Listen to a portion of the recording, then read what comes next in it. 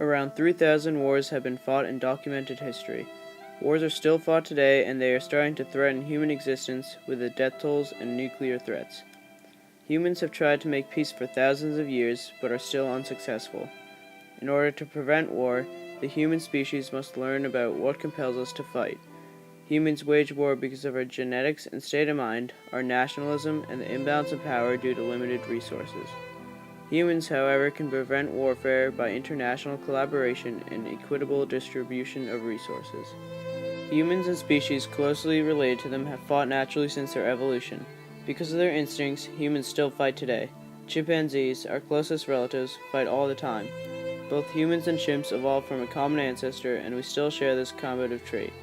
Humans are naturally aggressive and territorial even after thousands of years of evolution. We developed these instincts because we had to fight to gain access to resources and mates to survive and thrive as a species. As time progressed, so did human civilizations. Agricultural progression created a surplus of food and resources, and ruling classes were created to control these resources.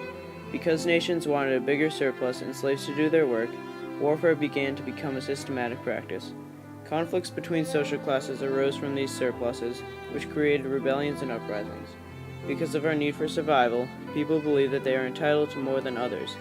We also believe that good deeds should be rewarded while bad deeds should be punished. If a country does something wrong, then we believe that we are justified in punishing them. However, the other nation believes that their opponent is doing bad deeds, so they fight back, which creates a vicious cycle of warfare. Although we have no war gene found in our DNA, thousands of years of evolution has made us naturally aggressive in order to protect ourselves and our state of mind. Humans naturally evolved to support others in their own group, which made people fight for their country. Everyone believes that their own morals are correct, but other countries think that their own society is correct, and this creates a lot of conflicts, many of which are seen in the Middle East today.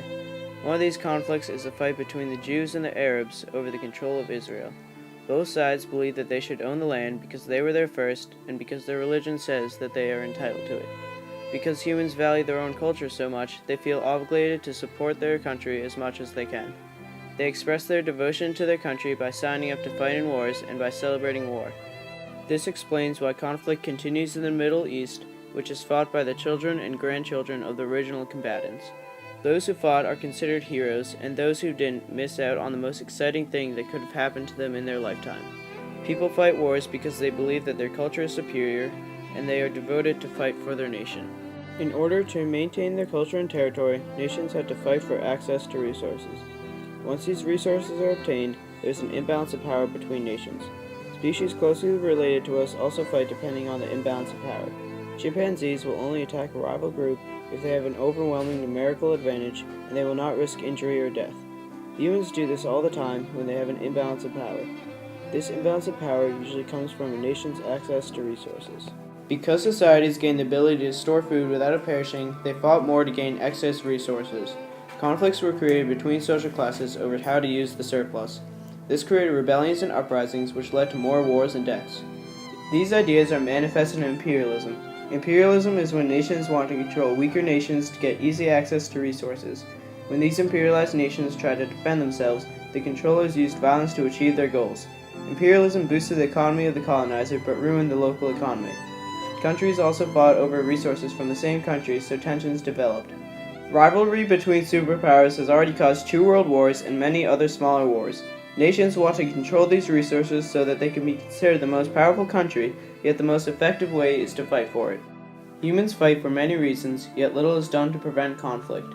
Many systems are proposed to stop fighting, yet the only way to prevent war is to collaborate for the common goal of peace.